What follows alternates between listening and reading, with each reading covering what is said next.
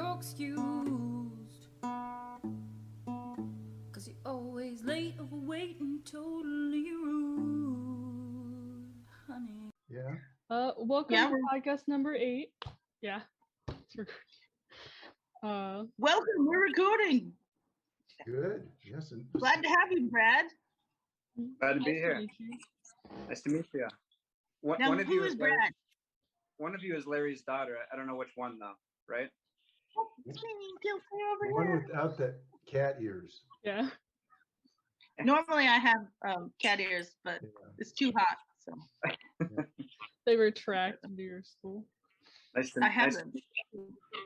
The wolf ears. And Rebecca is my eye doctor's daughter, so it's still an incestuous group of people. Yeah. They're my Incestuous, adopted that's a good word. sister That just and my means- adopted grandfather. No, Huh? that's not a good word. Incest. It doesn't mean incest. Okay, never mind. I get you. Okay, Writers. Copy that. I use that word all the time, but Now, Dad, tell us who Brad is and why you wanted him on here, and then we'll start asking Brad some stuff. Ism. well, we should probably first set up so Brad knows that this Creatively Unworthy site is really designed to help young people that don't really get a lot of encouragement, who are, say, dyslexic and ADD, in the normal education system. So I wrote this thing about creativity. It cannot be outsourced, artificially engineered, or intentionally designed, and yet there are millions of talented, intelligent, and creative people labeled worthless by an out-of-date educational model that rewards academic achievement over natural ability, or sometimes hidden abilities. So that's what this is about. We try to bring out hidden skills. And I thought I don't know if you're dyslexic or ADD. I don't think you're either, but I know you're creative because you're working in a very creative. It's also for anyone that's creative. Anyone that's creative that wants to learn what tips and tricks we use to protect that creativity and our confidence while we're creating. So it's not just for dyslexic or ADD people, it's for anyone. And it sounds like you're creative in your computer science business, your line of work. So that's what, sorry. Brad's a computer scientist. Data Yeah, scientist. that's pretty Data scientist, excuse me. Oh. So you might explain what you do. What's that? I missed that. Explain what you do and how creativity affects your job or what you do. So a data scientist, for those that haven't heard of that, it's a relatively new term for kind of the intersection of statistician and computer scientist. And it also kind of interweaves a lot of other disciplines. But so like a day-to-day for me, to kind of put that plainly, is making computer models that predict things, modeling risk for finance. I work in the financial industry, farm credit system actually. So trying to get ahead of risks in quantitative ways. And that involves writing code, designing programs, and really getting problems thrown at me that require creativity, along with very rigid, structured, logical things like writing code and managing complex projects. So for my day job, and I also have a lot of other outside pursuits that are creative. We can talk about that maybe if it's relevant. But in my day job, I'll have a C-suite level person. So the CFO, they'll ask me something, just a random question, and I'll have to find a novel solution to that. And that starts with a whiteboard and me writing down what I know. And these solutions that are designed, they're not something I can touch like a desk. They're conceptual. It's pieces of code here, programs here, and I'm really a tactile person. I mean, I'm a visual, and I do things like that. So I like to actually design it and see it, and so I can almost touch it. So I'll always design these systems on a whiteboard or a chalkboard, and then go into there, and it kind of helps you, abstract these complex ideas. I read a story about MIT that MIT, and I don't know if you have any dyslexic things that have. I don't think I do. I mean, I have the only thing I do have is the ADD that's been designed by computers and apps in the last 10 years, but I think everyone has that. So Everyone has it. The MIT is called the computer science department is called the home of the dyslexic scientists. I mean, these guys are all, it's a very weird group. Anyway, I read a little bit about them. well, you're right about that, because I'm kind of an anomaly where I didn't start out in computer science. I started out in business. My undergrad and my master's degree are all in business administration. So I really kind of learned how businesses work, and then I learned the technical computer stuff just so I could make more money, because people were paying data scientists quite a bit. So, but the people that took the traditional role to a data scientist, where they were starting out in computer science, things like that. I mean, I don't like to make generalizations, but a lot of them are, probably on that type of spectrum where, they might have Asperger's or things like that, and they don't, where they fall short, which is actually the most important part, is they can't communicate their ideas. Yeah. So my example before with, the CFO coming to me, they come to me directly now because they know that I can actually communicate and answer their question. And I've had colleagues that are way smarter than me, just in mathematics and everything, and they have better solutions, but they can't communicate it. So, they fall to the wayside. So I think you're right about that MIT observation. It definitely holds true from what I've seen in my career. Mm-hmm. And communication, I mean, that's really well, obviously that's one of the biggest component of making a living and everything is being able to communicate. But so many people that are creative can't communicate. As we call this the creatively unworthy. What happens when you can't communicate, especially if you start off that way at a younger age,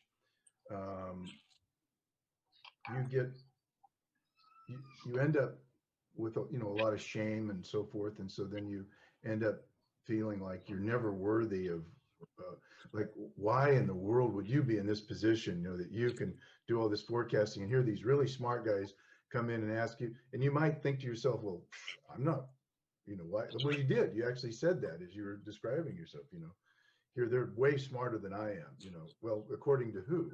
I'm sure they think you're way smarter than they are. Yeah, on the face, if you compared us in a room and interviewed us, I would interview a lot better, because I can explain these concepts, even though I may only understand them intrinsically. And these way smarter people, they can explain them, like the back of their hand. So it's all about how you present yourself, and it's it's something that they don't teach you in school. That's for sure. Yeah, absolutely. I don't remember taking a speech class in school either, or having that be an option even. I just remember taking lots of tests. Drama class was the only place I really learned how to communicate to groups of people. Drama class and choir. But other than that, it was pretty test focused. Yeah. Communication definitely is a more creative pursuit, because you always see the super book oriented people fail when it comes to communicating. Well, if you see a class and it's labeled communication, you can pretty much bet your life on it is not about communicating. They'll talk about it, but they don't, I've seen those classes, and it's like, what, how does this, they're talking, it's like they mix the menu with the meal, they're talking about the menu and not the meal.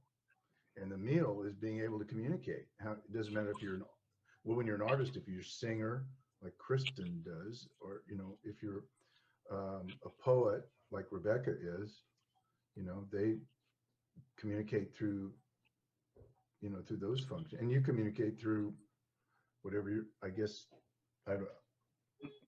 it's talking, but also numbers, right? Yeah, I took a broadcast communications class in high school, And the majority of the class was learning how to use the edit software, which is the old school wheel. Like, you didn't even get to broadcast anything until you learned how to operate the machine. So communicating I didn't even get to that part. I didn't even get to be, you know, how they do the morning announcements or things like that. Like, we had our little TV station, but it was so overwhelming learning how to use the software that I was just like, this is boring. I'm going to go back to drama class and just get straight to that fun part. For me, communicating is fun, but having to sit and learn those machines, it was just, I was like, oh, I'm so tired of this class. Give me the good stuff. Like, where's the nerd that can help me figure out this? Now I'm the nerd. Part of our premise, Brad, in this podcast is that you know, so many things that kids learn you're never going to use when you get out of high school or college. You know, very little, practically, you know, math. I mean, but very little do you use when you leave school. They tried for like a month to teach us the checkbook. I've never had to use the checkbook. Yeah. The balance.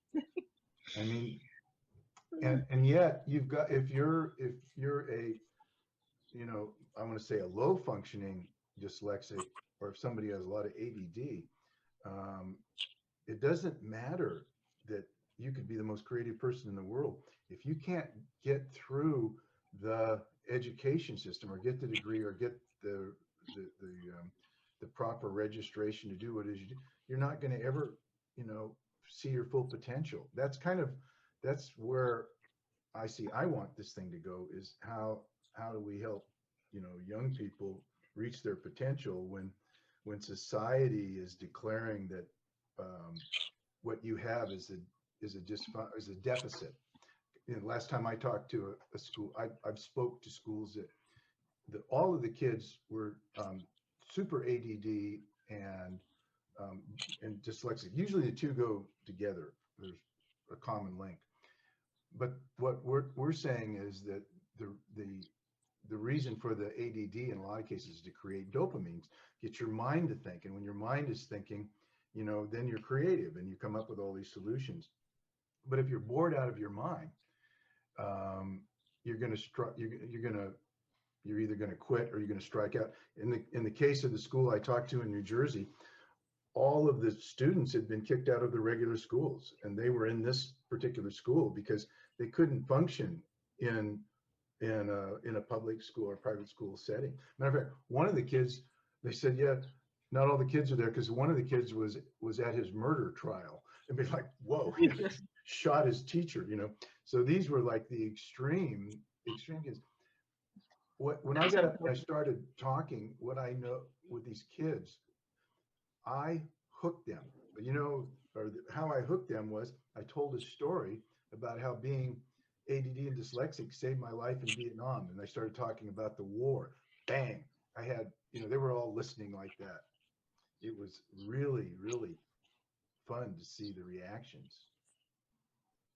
You know, the more you talk about that, you know, the school system in America since the early 1900s has been based on the Prussian system, right? Which is, it's made for making good rule followers, which, yes, you know, when I was in elementary school, I goofed off a lot. I was an underachiever, they said, because by the time the teacher was done with the lesson, I was already done with all the worksheets, and I was just the first one done. So they put us in like classes. I think they called them like Reach or something. I don't know if that's still around, but it was like classes for like gifted kids, they called it. You probably there's a different name for each of them. In my school, I think it was like Rocket or something. Yeah, it's an acronym apparently. Advanced placement. Yeah, it was what they called it for me. And all the people in there, they weren't like your cookie cutter good students. They were people like me that were, you know, they were just super bored because they knew it right away. And it's kind of interesting how you say that, but we didn't fit in the mold. And, you know, there was a way for them to kind of mold us. And I know not every school system has that. So I imagine a lot of the world is, you know, suffering because because of that. Well, Yeah. there's always, That's why I like the Waldorf schools so much. yeah, there's a big push. There's a big push to try. They will tell you that they have programs for for dyslexic and ADD students, but they really don't. I mean, it all comes down to the finances. They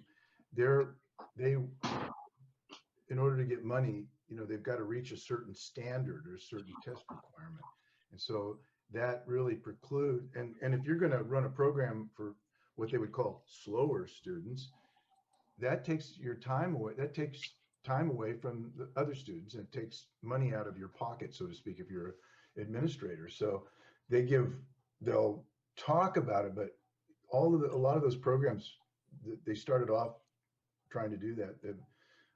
Unless it's a specific school or the parents take them out and have special tutoring for them, it's just not in the public system. I ended up going on homeschool senior year because I was so bored. Like, I just didn't need to sit in that classroom all day. It made sense. Like, I was getting straight A's. I gave up on the teachers, kind of, I guess. I was like, I can do this much faster on my own. Just give me the damn books and the tests, and I'll do your work. I just couldn't. It wasn't helping me be authentic. It was helping me be a rule follower, cookie cutter, the same, not authentic. Not, how am I supposed to follow my artistic dreams if I'm being told that that's wrong? You got to focus on tests and not letting the music with you. And they don't teach you what's your unique ability. Yeah. Mm-mm. I kind of went the opposite way. Like, I rebelled and would do the minimum in a lot of classes if I could get away with it. Or the only things I tried really hard were things that really like got my imagination. Like, it was really good at the sciences because like it started with learning about the planets, and it's like, oh, space, it's like the coolest thing to a kid, right? So I got really good at that, and the teacher would let me go into the back and clean the telescopes because I'd be done before everybody else. And then I'd get to play with them in the front yard. So it was like win-win. But all my other classes, like, you'd think that I was an idiot because it's all F's and C's and D's. Oh, It man. wasn't until like college I started actually putting effort into it because Yeah. you fail out of all your college classes. So a different story. Well, in being authentic and being the wild card, the special class student in adult life has helped in story producing, which I do for a living. Now I've been able to find I'm really good at taking random conversations and creating a whole complete thought, and making it exciting for the viewers that like to watch TV. And that's fun. It's fun. Storytelling is fun, but that's the communication skill that I've been craving to exercise. And so I kind of lucked out in that way, because I could be working at a bank and probably want to blow my head off. Or But luckily, out. to brag about Chrissy a little bit, I knew that she was different in like from my son and from other kids when when the cell phones first came out, and there was a lot of like my age group, nobody knew how to use it, and I couldn't figure out some stuff, and I would give it to Kristen, and she would have no training on it and would start pushing buttons and then hand it back to me, and it would work. I thought, well, that was interesting. And I saw her do this yesterday. We're editing some videos, and I've got a PC and she's got a Mac, so she's got the great software. Well, I don't know anything about I don't have an editing program. She goes into my computer, finds this, the editing program that Microsoft gave us, and it's there, and she had no idea how to work it. And within like 2 minutes was editing my videos. And I'm looking at like, I couldn't even find the app, and she's already doing the editing, So that's her skill. Is she's kind of a wild card in that direction, where versus me, I score high on it's what's called I forget what the term is, but I don't need a lot of information to make a decision. I'm a quick start. So it's great. We've talked about, Brad and I got together because he's writing a book about a soldier that was my platoon sergeant in Vietnam. This guy was a great guy, and we're talking about this. Oh, cool. And I went from the guy sitting in the back of the classroom to the head of the class when I got into the war, because it's, it's all visual and it's all tactile, and it's, you're making it up as you go along. And for me, it was, I hate to say war was fun. I don't mean, that sounds terrible to say it, but it was the most exciting and fun part of my life. Yeah. It was stimulating It for was your stimulating.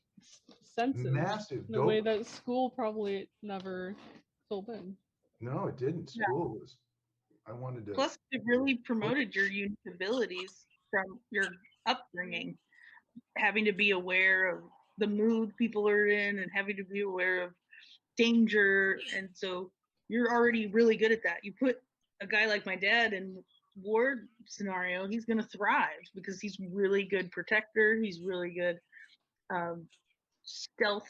Like he would. Thank God Dad is so good at being in war, because otherwise I wouldn't be here. And I'm really enjoying my life. So thank you for being good at that. You said the word Asperger's earlier, and I just saw Saturday Night Live had Elon Musk on, and he said he's got it, being somebody with Asperger's. And for people, Elon Musk? yeah, Damn. yeah, people don't know it, but people have trouble understanding him, not what he says, but his facial expressions never change. That's what a lot of what Asperger's is. And people will think somebody's mad at you, and they're not. They're just listening to you. They don't have an effect like, we're looking at each other's faces trying to figure out if you're understanding what we're saying or not. If you like what you're saying, yeah. And so that's for somebody like that, who is, a genius, obviously, a lot of people are going to get him. They don't Yeah. get who he is. Comes back to that communication. Yeah.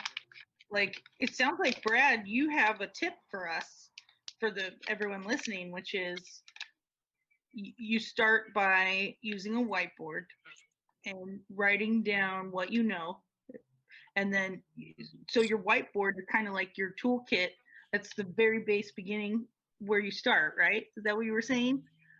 Yeah, That's your communicating. I also write in oil paint, and I have very similar. I feel like my process for all three things is almost the same, where I write down what I know. So in the case of writing some code, I write down the variables I know and the things I know people want. In the case of oil painting, I will, I'll put the outlines in with chalk or something underneath, and lay out the major salient pieces. And writing, you make an outline, and it's all kind of the same idea. So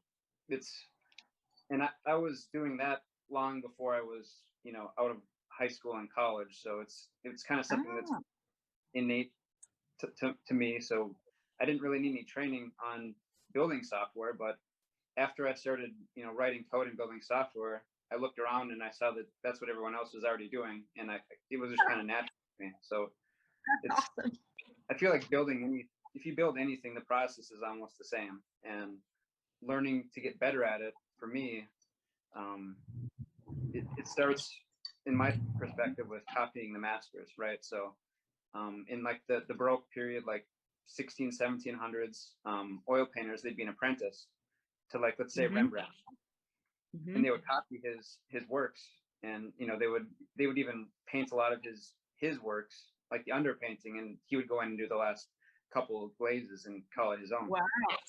And when I was starting to learn oil painting, that's what I would do, is I would make copies, like a lot of them, and I do the same thing when I'm writing code. So I can look at other people's open source code, so free code that's on the internet, and I can look at it and see how someone I admire, like solve this problem, and then apply that, transfer learning to my problems. And it's the same thing, right? And when I talked to Larry about this a couple of weeks ago, and I've always felt unworthy just because now I'm realizing now that I've talked to Larry, it's because whenever I look at what I do, I'm comparing it to a Rembrandt or a Rowe, thing like that, or I'm comparing it to this stellar code that is just a dime piece. And I don't know if that's bad, but it definitely keeps me motivated. So yes, as long as you're aware of it, as long as you're aware of it, it's not bad. What's bad is when you're not aware of it, and then you start to build up resentment and jealousy, all these other things. But what's funny is you describe the way you paint. I've told you I paint, right? Yeah. And there is in the back. Yeah, they're behind you while you're painting. They're everywhere. Like they're on that wall. And they're on this. I don't know if you've seen this. The ceiling. They're all over the ceiling. They're all over the ceiling, everywhere, and they're over there. And anyway, I didn't have a lot of paintings from my childhood or from college because everybody bought them. I painted a copy of Picasso's Gurdata, that great big one that was, that's 30 feet by 16 feet. That's in the museum. So I went I saw it in New York, I think, and I was in college, and I came back and I got some big canvases. I measured it out, and so I made it the same, in relative. And one of my teachers or one of the props had come by my apartment for an unrelated reason, saw this painting and said, what would you take for, and I just put it in my rent, which was like $400 that month. And he gave me a check on the spot. So I never had any paint. I've got nothing from my past. I sold them. So cool. But I never thought I was a painter. I'd never call myself an artist, or even though that makes you an artist, though. I mean, that makes both of you guys an artist. Yeah. And Rembrandt, awesome, amazing person to get inspiration from. Yeah. I feel like how you said, you never felt like a painter, and I bet you wouldn't call yourself a painter, right? You describe yourself as like a computer engineer or whatever your job title is. But I feel like that's part of being creatively unworthy, because we look at people like that who have already like painted all these like beautiful works of art, and we separate ourselves from them because we need to look at that to get inspired, or we need to look at that to get references or whatever else. But like in your story, you said that even he would have people kind of like start it for him, and then he'd finish it and touch up on it. And it's like, I bet he looks at other painters and gets references from them too. And I bet he looks at his environment and incorporates that into his art. But it's like, we put ourselves separately from people like that and put them on a pedestal that they don't hold themselves from. They kind of, I don't know. We're all artists because we're all making art, but none of us are artists because we haven't made anything that's in a museum, Yeah. Sorry, I'm not dead and selling a million paintings right now. Yeah. I just ran over to get this, my favorite piece of writing, and it was written December 7th, 1941. Proposal, message to the Congress. Now, what you hear is, it starts off yesterday, December 7th, 1941, a date which will live in infamy. The United States of America was suddenly and deliberately attacked by the naval and air forces of the Empire of Japan.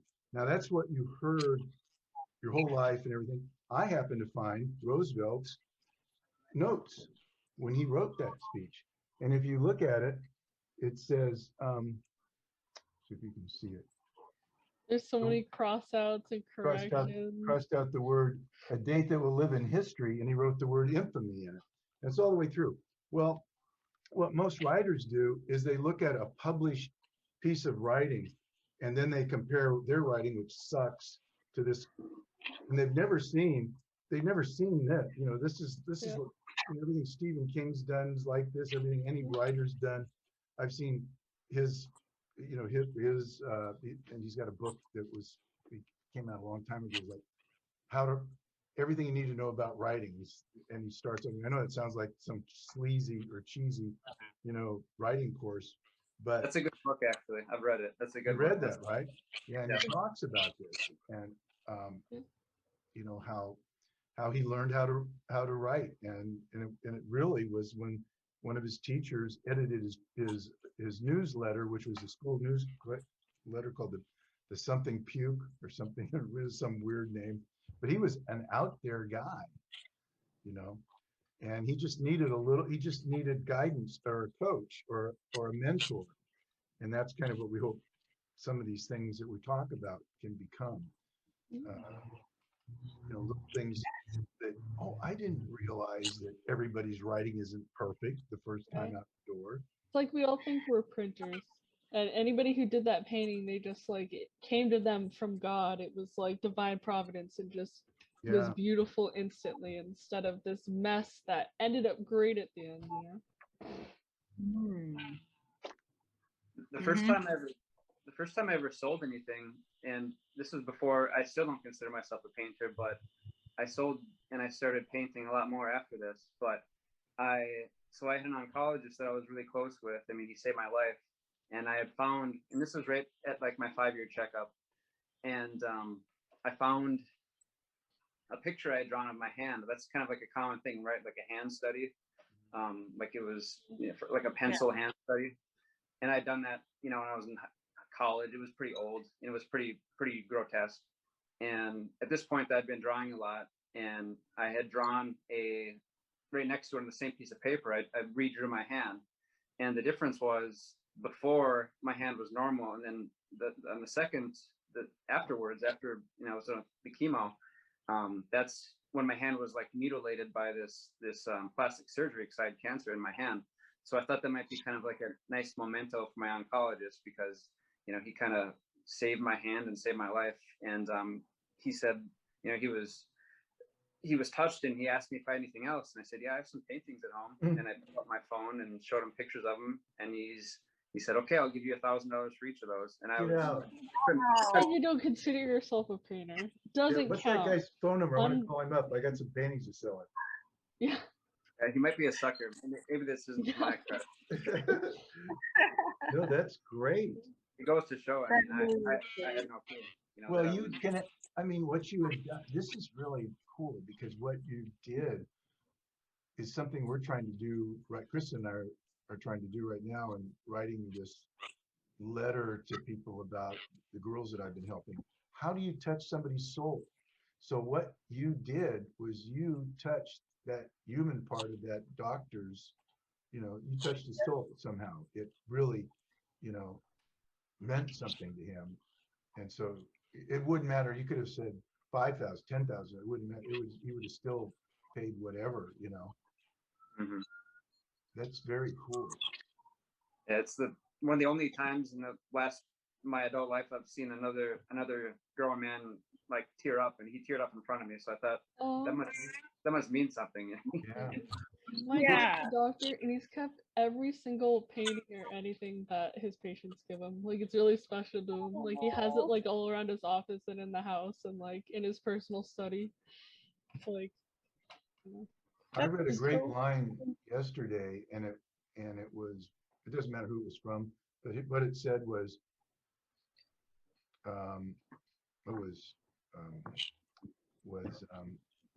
the best writing comes when you're when you're embarrassed about what you're writing.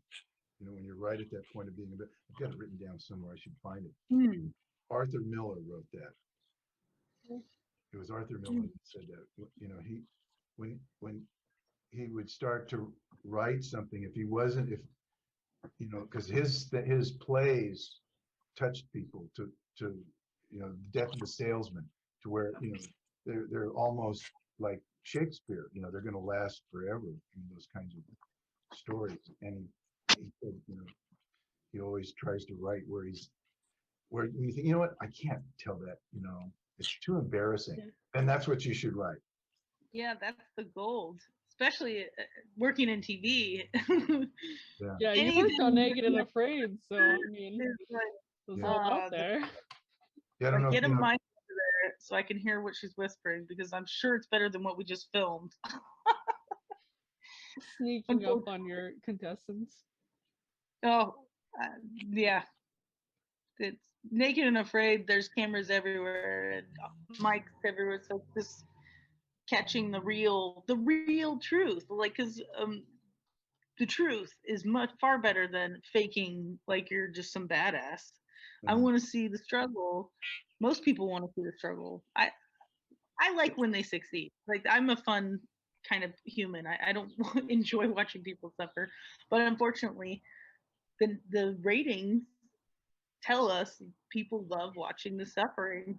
And I'm sure it's the same in writing and songwriting. Just the truth of being human instead of the bullshit. And of course, it's hard to talk about. They want to see reality. They don't want to see happy, special, fun time. Pleasantville, Like, Larry had me watch that. The quote from that girl who's the sister of the main character, who's like, this place is kind of creepy. It is kind of creepy. Wouldn't it be everything was all nice all the time? Pleasantville? Oh, Pleasantville. Yeah, where the sister says that this place is kind of creepy when they get stuck in the show. Yeah. She's right, because if the world was perfect all the time and it was like a sunny 1950s little area, like, and nobody's being real, and your life would be gray. Well, at least it's boring if it was always perfect. And everybody knows that Main Street goes down to State Street and turns back onto Main Street. I mean, what's outside of Main Street? You can't ever leave. Please. Yeah, that to me is the perfect example of what school wants us to be, is Pleasantville people, especially back in the day. Do what you're told, dress the way you're told, hang out with who you're told, marry who you're told, and don't talk back. Pleasantville, be pleasant, don't be heard, be seen, be not heard, right? Well, you're supposed to marry, you're supposed to marry a star athlete, and he's supposed to marry the star cheerleader. And when you check those people, when you have, we all have friends like that, or maybe we've been married to them, they all end up in divorce, usually, or murder, or some kind of thing. I don't know. I don't know many of the things, unless you're from the Midwest, and it sort of. North Dakota, that's how it actually is, Larry. Really? Yeah. In North Dakota, that's it's still how it is, right? I know. More or less. Yeah. I mean, and hey, if you're pleasant, genuinely pleasant, that's fine. That's great. Just keep being pleasant as heck. That's cool with me. But if you want to be different and authentic and paint a different color than you're told, that's even more okay for me, because that's where people like Shakespeare and all those breakout artists came from, is they broke the rules. Yeah. And it worked. Yeah. So to each their own. We just want to be there for people who are ready to break the rules or have broken them and need some reassurance that they're on the right path, because who knows if it's an authentic path. We're not going to recognize the path because it's totally never been done, which is cool. Yeah. And we really don't know where this thing is going either. That's the other part. Hope it works out. Yeah. But it's we have fun when we get together and do this, and it also, every time we do one of these, I get inspired. I'll get inspired to go back and, finish something I was working on, because I've noticed, wow, I've done this self-imposed writer's block, because, and I know exactly why. If it's not perfect, if I don't write this as a bestseller, today, in this world, it's got to be a bestseller to make blah blah blah blah blah blah blah blah. Yeah, this is exactly why you paint over your paintings. My dad paints so mad over his paintings, Brad. He paints over them. Every painting's got two paintings like on the it. sick, twisted person you because are. He doesn't trust his art until like years later. He'll look back and be like, "Oh, that was really cool. Whatever happened to that?" I'll be like, "You painted over it, you fool!" So that's why he used acrylics and not oils. Then that makes sense. Yes, you're right. Oh. You can't paint over, well, actually, like you said, that a big controversy with a lot of those old masters was, their protege or their apprentice would actually paint a lot of those paintings that are really famous, and they would find underneath, they would Yep. find other paintings underneath them. So I'm not the only one that's done that. No, and you're fine. I'm just saying that Dad is a really good Kristen, artist, for Christ's sake. but try and convince him of that, and we'll see how far you get. No, but So I get what you mean, Larry, because like I don't know, it's a really big, because we used to email back and forth all the time about writing, and like it'd be a really big motivator for me to email with you, but then at the same time I felt like I couldn't email you unless I had like this amazing breakthrough, and like I could give you like this chapter that's gonna go straight into whatever novel I'm Yeah, writing. it'll just It has to it'll be automatically. stellar. I'll And stop it's what a I'm huge doing. turnoff. And Yeah. it got to a point where every time I sat down at the computer, I had so much anxiety because I'm like, oh my god, I'm about to perform. Like I really have to put my all into this, like give everything to this whatever I'm writing, instead of just go through it, edit it, do the whole thing, instead of print it out, And Yeah.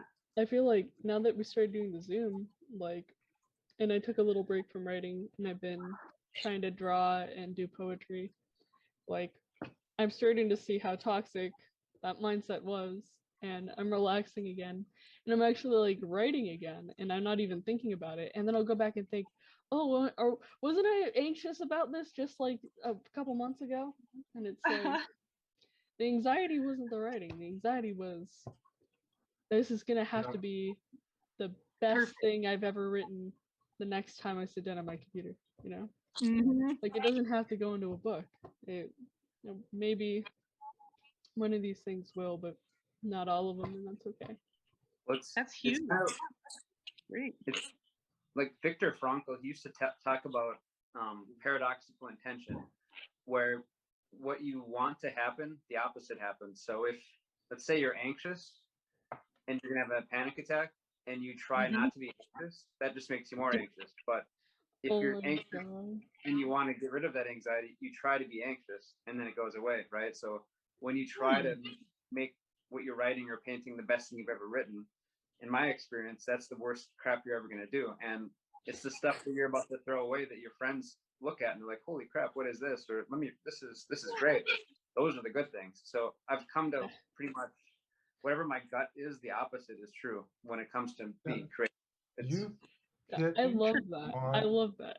You've hit on something that really is critical, because it's like I'm going to go by my instincts, right? My gut, and yet my gut isn't always right. I mean, that's part of this whole thing.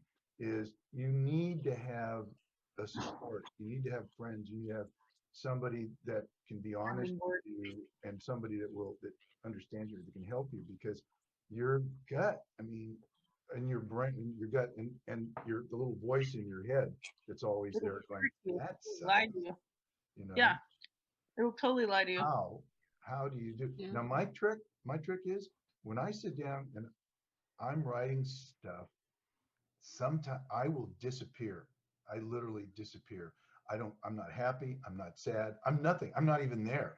I am in pure bliss writing the story, and my characters come alive, and I'm like in China, like, wait a minute, no, am I in China? No, I'm here. I'm in Santa, like, oh my God, I can, then I'm having a great time. Now I have no focus whatsoever on the outcome of it. If it's good or bad, I don't give a shit. I'm just playing. I'm just having a really good time. Not that I can always do that, but that's my goal. That's my goal. When you're in the zone. You're in a flow state, the zone. In a flow state. Yeah. And unfortunately, with the pandemic things going on, and all of the, and then moving here, and all the things that I've had to do, it's been really difficult to get in or maintain the flow, because you've got almost constant interruptions, when you're at home. And so if you got kids, or if you're a parent, or if you're not a parent, I mean, just, I've got to cook food. I've got to go get my own food. I never cooked in Cambodia. Why would I go do that? People cook for me. I like, walk down the street. It's like It's crazy that I have to cook stuff. I don't even know how to cook. I don't even like to cook. You know, if I could subside on water and those bran muffins or something, you know, the original one. Baby flavorless shakes. Yeah, I'd be happy. I think No, That you was not good for you though. you love steak every now and then. What? Larry, I was gonna say, Larry. I mean, we've already talked about this before, but you and I are pretty much the same guy, right? We're both hunters, as you said the last time we talked. I hate stopping my day to go eat. That's why I eat like one meal a day, because I just don't have time to sit around at breakfast, and you know, it's just a waste of time, right? I'd rather just be working on stuff. Yeah, It's not good for you guys. it's not good for you. And then you got to learn, like, you know, you got to do the good breakfast. If you don't eat anything else, if you say good breakfast, then it's fine. And No, you do need dinner. You do need other meals. Dinner's for like old people. I'm all about I'm all about the supper. That's my meal of the day. The supper. Well, that's Yeah. Where do you live? Like on the East Coast or middle? Where do you think I live? It doesn't sound like where he lives. Yeah, where do I stop? Alaska. Somewhere in the tornado country. Yeah, an hour ahead. North Dakota. North Dakota. Like the show Fargo, like the movie Fargo. Yeah. My second guess would be Oklahoma or what's that one that's just like Oklahoma? It's like they're right next to each other. Actually, that movie Fargo, that now every time I see a barrel, I think there's a body in it, you know, because of that damn movie. You know, it's snowing or something, or like a wood chopper. Because no one's ever seen in California a wood chopper. You know, what the hell is it? You know, the hell that wood chopper. The wood chopper is actually a block over from my office. Like it's a monument in Fargo. The wood chopper. The really one from the movie. Yeah. Oh my gosh. That's scary though. There's like a prosthetic. There's a prosthetic foot sticking out of it, so it's a bit much. Don't bring the kids there.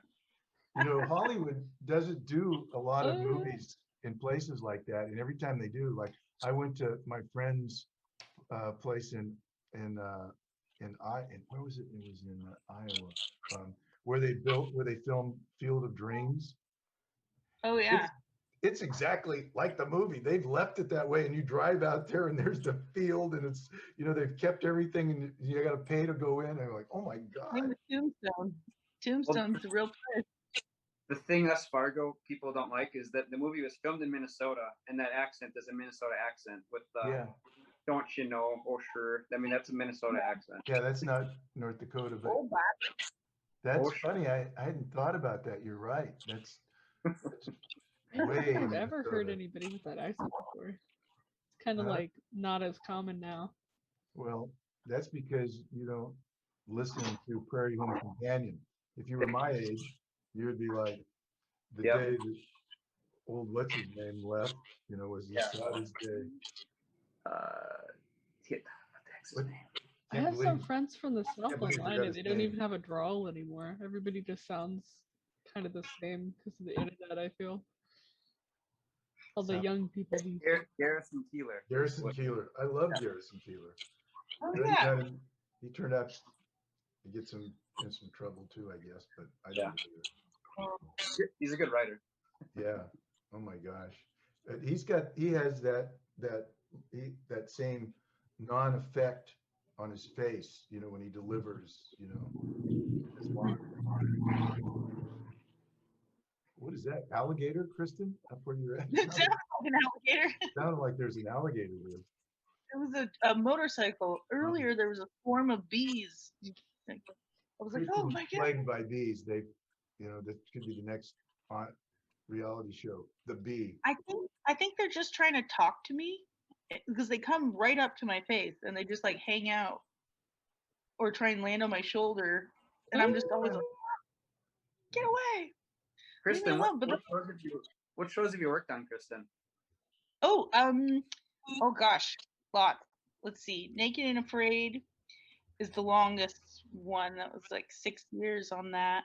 I did the most recent one I did was The Pack. It's on Amazon Prime. It was hosted by Lindsey Vonn, human and their best friend, their dog. 6 teams of human and dog travel the world and compete against other packs of humans and dogs. It's like the great race. It's like the race, right? The great race or It's something. like that, but with your dog. Yeah, it's really sweet. Let's see. Lots of pilots.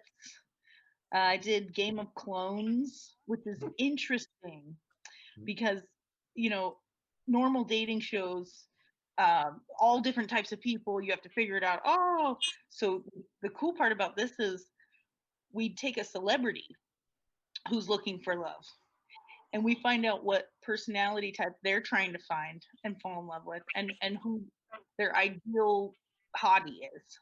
So what we do is we find 7 women that look identical to their like dream girl, and then it narrows it down to where all you have to focus on is the personalities instead of the looks. And so then it becomes a regular dating show after that. But it's really so cool because we got like the celebrity's the one dating instead of just a regular human looking for love, you know, the Regular human. But a lot of those pilots never made it on, right? A lot of that stuff never gets on. The company, it aired. It all aired. Oh, it did air? Mhm. Yeah. We had the Jersey Shore guy, Pauly D. He was looking for love. We had God, Jersey Shore, they need love over there. Yeah. No, they need help. A lot of it. But. They need lots of things.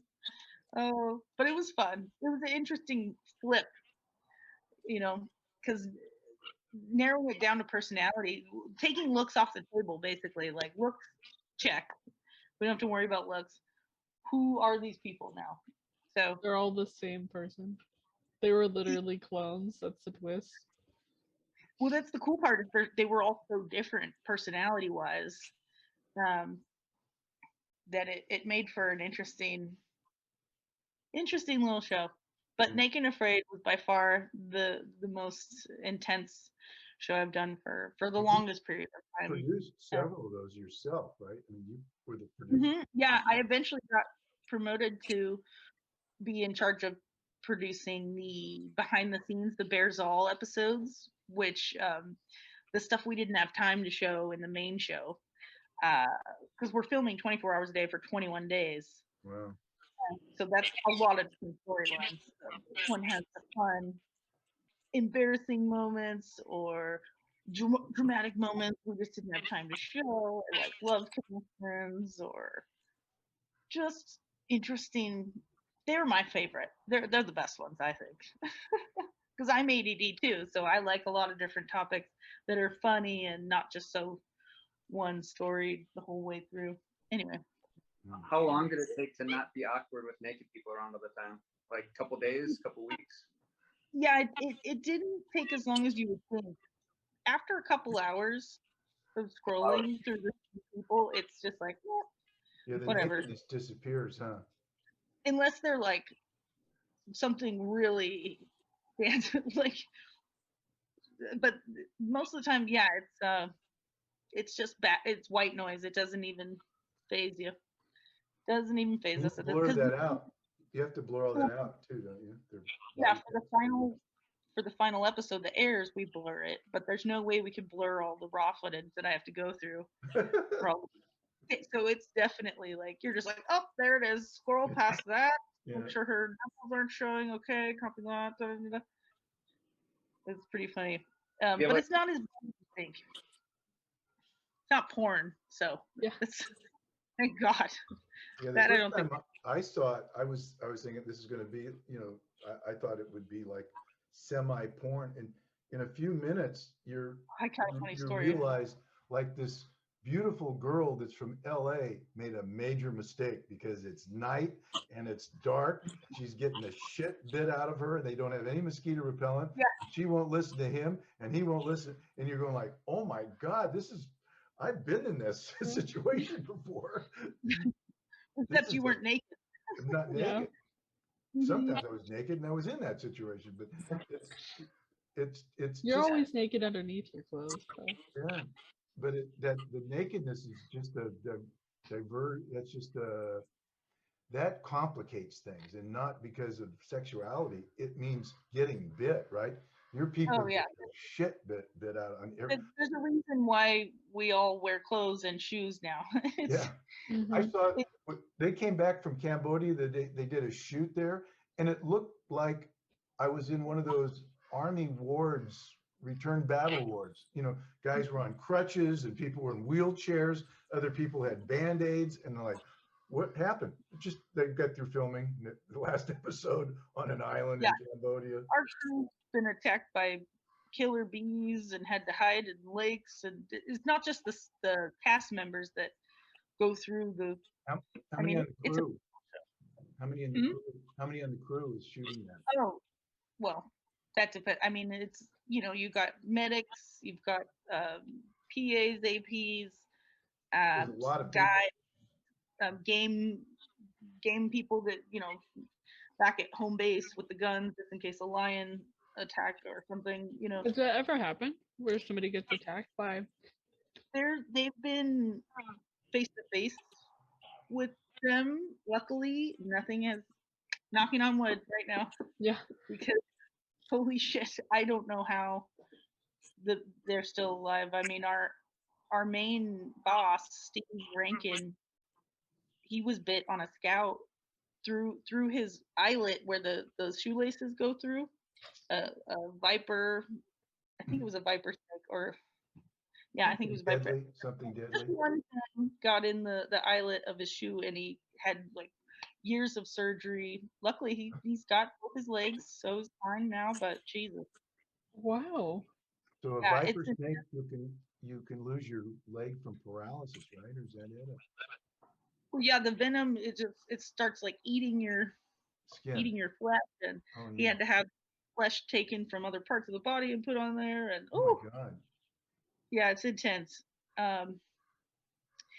Yeah, the funny story about the name, just to go back a little bit, when before Naked and Afraid was a thing, one of the development guys came up to me late at night when I was about to go home. No one else was there, and he comes up to me and he's like, "So, when I say the name Naked and Afraid, what do you think of?"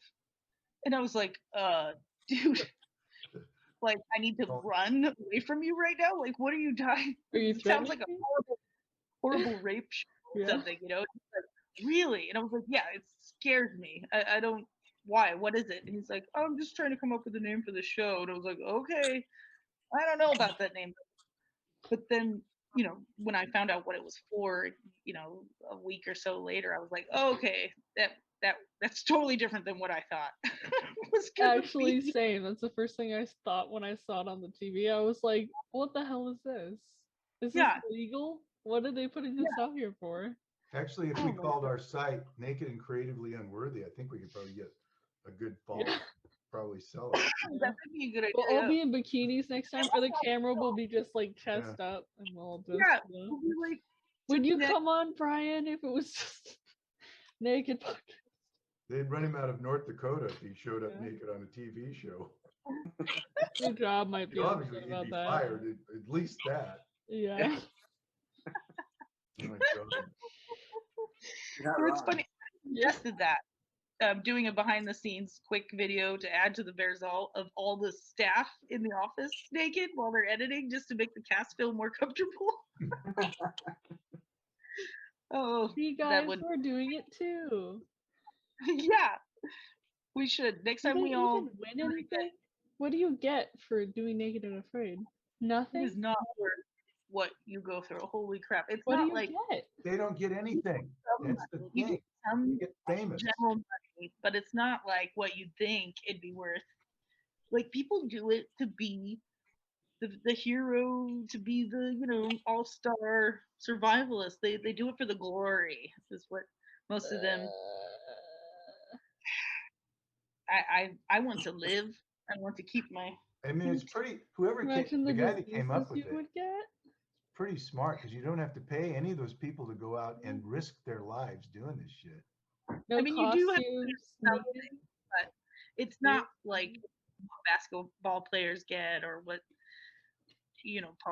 there's no it's not the Amazing Race winnings type deal. It's just you get some money and a you IOU card. You get to be the human that's living primitive, and there's a big community.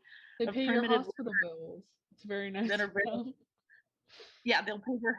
Has any of them gone on to other things made from that show? Yeah, I mean, there's a lot of all-stars that have been on numerous new versions of Naked and Afraid. Now we have all-stars, where it's the veterans come back that have been on the show before, and then you did it once and you want to come back to do it again. Yeah, now we have the Tribes. I saw Tribes. I saw that.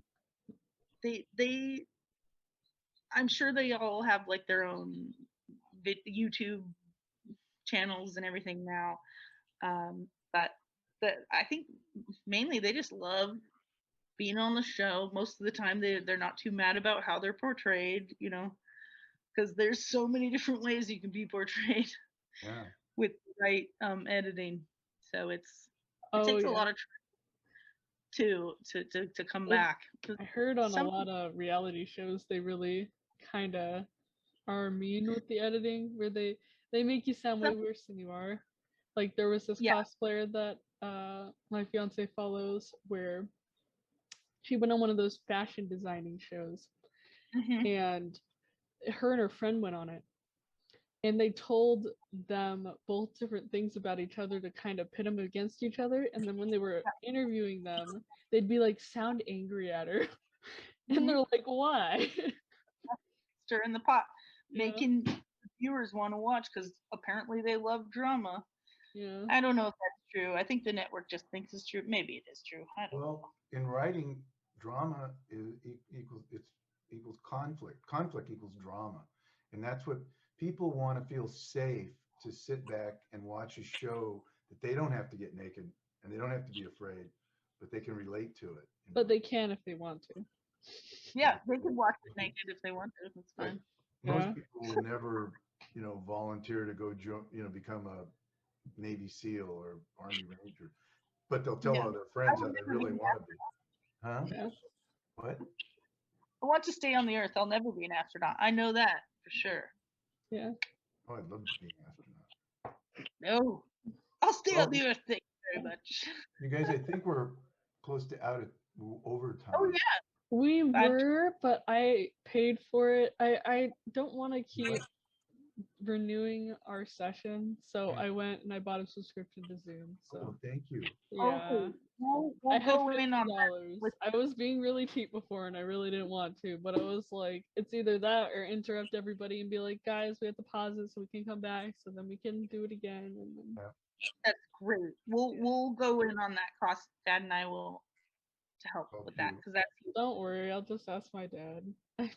It was his grocery money he gave me anyways. I'll just be like, hey. Yeah, I felt really bad for Rebecca, and she's spending all this time. And then when she told me, I was asking her about where she lived, and she's right on the ocean. I said, oh, how close to the ocean? Well, right on the ocean. I mean, it's not. She's not near the ocean. She's not by the ocean. My backyard is a dock. It is just an ocean.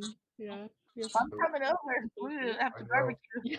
We should. Yeah. The kayaks are my dad's, and he's kind of territorial with them because he feels like if anybody drowns, it would be his fault, and then he'll lose his medical license. Everybody will hate him, and all blah blah blah. No, but that's how he doesn't say it like that, but that's how it sounds to me every time. No, that's what he's thinking. I'm sure. That is. Not to criticize, Dad. I know you watch a podcast. I love you. I'm not criticizing you, and I respect your things. Copy that. Yeah. But Brian, you haven't said anything in a while. I feel bad because you're our guest. So I'm gonna put you on the spot. How are you? How do you feel about the podcast so far? I enjoy listening to you guys banter. It's entertaining. Yeah, there is banter. But we're gonna we kind of also want to use you as a resource too because of your brain data knowledge of. Sure. We'd like to have you back on a couple times if that's possible. If that's okay. Yeah. What's it pay? very little. Love, Very, affection, fans. We have not union. many fans. Yeah, I mean, Love, how many are we up to now, friendship, besides us? Of recognition. subscribers. Probably like 10 people. So 10 people, okay? You That's did it big. on the ground floor. I didn't think it was that broad. Yeah. Delicate. No, but Right. hopefully this evolves into something. 12. I just looked it up. 12. Wow. Yeah, 12 whole people would watch this. I like to That's watch not Yeah. documentaries, and I just got through watching Steven Spielberg's documentary, and he recently came out came out as being dyslexic, which I knew he was the whole time.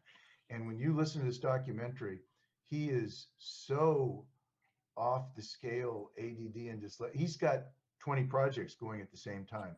And I'm not talking about simple, I'm talking about, Schindler's List type projects, huge things. When he did Jaws, he didn't even have a finished script. He just jumped into, he's like a quick start and figured that, he was just enjoying the process of it. But they didn't even know where, it's amazing when you hear somebody who has his whole life, you think, well, this guy is this creative genius. How does he do it? And then you find out, like, I've known about his producer, this woman, Kathleen Kennedy. You go back and look at Jaws, look at anything, look at it's got so many movies you can't even start. You'll always see Kathleen Kennedy. She's his farmer, and she was on the documentary, and you hear her talking about him like she's the farmer. I mean, she doesn't say she's a farmer, but she's the dots the I's, make sure he shows up on time, make sure he has the script, make sure the script is all of that stuff, which allows him to have an environment where he can play and do these outrageous things, right. and he hangs out. He's got a group like this, and of course it's George Lucas, him, Yeah. and other We're people. cool. We're like George Lucas. He Um, paints, you yeah. write, she sings, I he's an float enigma. around, all those things. Yeah. But anyway, it's Building a team like that is very helpful. and if you watch documentaries with an eye to with the looking for similarities in your own life, you'll find them. Like people like that. It's just I found here's one of the things that I think separates the Steven Spielbergs from like a lot of us. He had a happy family. He had a supportive mother and father. And Disgusting. usually with people that are dyslexic or ADD, especially ADD, there's usually a lot of addiction, alcohol, and all that kind of stuff that doesn't create for a happy environment. But as a kid, he grew up in a great, great life. So did George Lucas. You find out a lot of these guys, that's why they were able to blossom, and They were make movies supported. and have your father see you as a young kid making a movie at 9 years old and go buy you movie equipment. I mean, Yeah. what?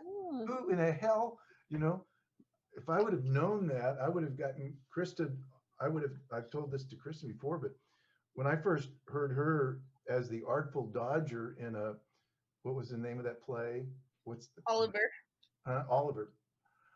The whole audience froze. I mean, when she came out on stage and she sang and she spoke her lines and stuff, everybody was in shock. Like, how could this 14-year-old girl have this voice and do all this? Now, what I should have done was quit my job, become her agent, do the stuff like you see all these parents that are, but instead I was, paying spousal support, into divorce, trying to get laid with, You were blah, busy. blah, blah, blah. I was busy, You were busy. Unfortunately, busy that's with where your a lot of parents find themselves, and instead of putting that focus on their kids. But that's Well, just the my problem is theory. you had a life. That's why most of those Yeah. stage moms, they don't have their own lives. They live No. vicariously through their kids. So who knows who would have turned out to be if you had done that. I know you could have been a contender. I'm Yeah. okay. Yeah. I turned Some out of those cases, like you hear parents that are really they put all that pressure on their kid, and sometimes instead of turning into like a Steven Spielberg, you turn into like Yeah, they hate it. Yeah. Britney Look at it. Spears, where she gets really anxiety about Yeah. everything. If you've seen her documentary, her like dad is Or basically in charge of her whole life still, and just Michael like Jackson is another example of yeah. the dad that was Yeah. the crazy dad. I mean, Anyway. Sometimes people just need to find their own like space. what did they say that the lotus flower grows in like the worst conditions? Is that what they say? The lotus know. is one of the most beautiful flowers. It Who grows in said like the dirtiest muck It grows in conditions. I don't know, scientists or botanists. So sometimes not having what you want helps keep you going, striving, you know. So if I had gotten everything I wanted when I was little, maybe I would have just given up by now, you know. You never know. So don't beat yourself up is my point, Dad. It's No, not your fault. I don't. I'm more self-centered thinking about my own self right now. I'm joking. Because I have tons of music on available for people. I'm just not. It's not my. I don't need to be Britney Spears. I just want to be able to post my music and not get laughed off the internet. I'm having a hard time hearing you, Kristen. You're getting feedback, but Oh, that's okay. Anyway, we should probably end this. anyway, this is good though. And the next time, now that I know what you do, Brad, I'll be more prepared with some questions that can help. Yeah, maybe you could be the next victim on Naked and Afraid, you know? Or really interrogate you too, so you feel like have any secrets on this podcast. Yeah, we're real scary. We're bullies, if you can't tell. The show would be called Data and Afraid. That's not bad. I like that. You'll be at your job, except you'll be completely naked with your whiteboard, filling out everything for everybody. And people are going to come and go, what the hell is going on with him? Your boss comes in your office, oh my god, what are you doing? I'm on a show, You're like, it's excuse me, okay. I am zooming. Did you not see the sign on my door? Don't come in. My process. There's a sign on that door. Yeah. What was that? We didn't hear you. Yeah, you like that. Is that me or you guys? That was you. I don't. Oh, that was you. You didn't say anything? You're supposed to keep going. Okay, well, let's kind of give it the old wrap up. All right. End of our podcast. Yay. Okay. Thank you for coming on. It was really nice. Thank you, Brad. You're excused, 'cause you're always late, overweight, and totally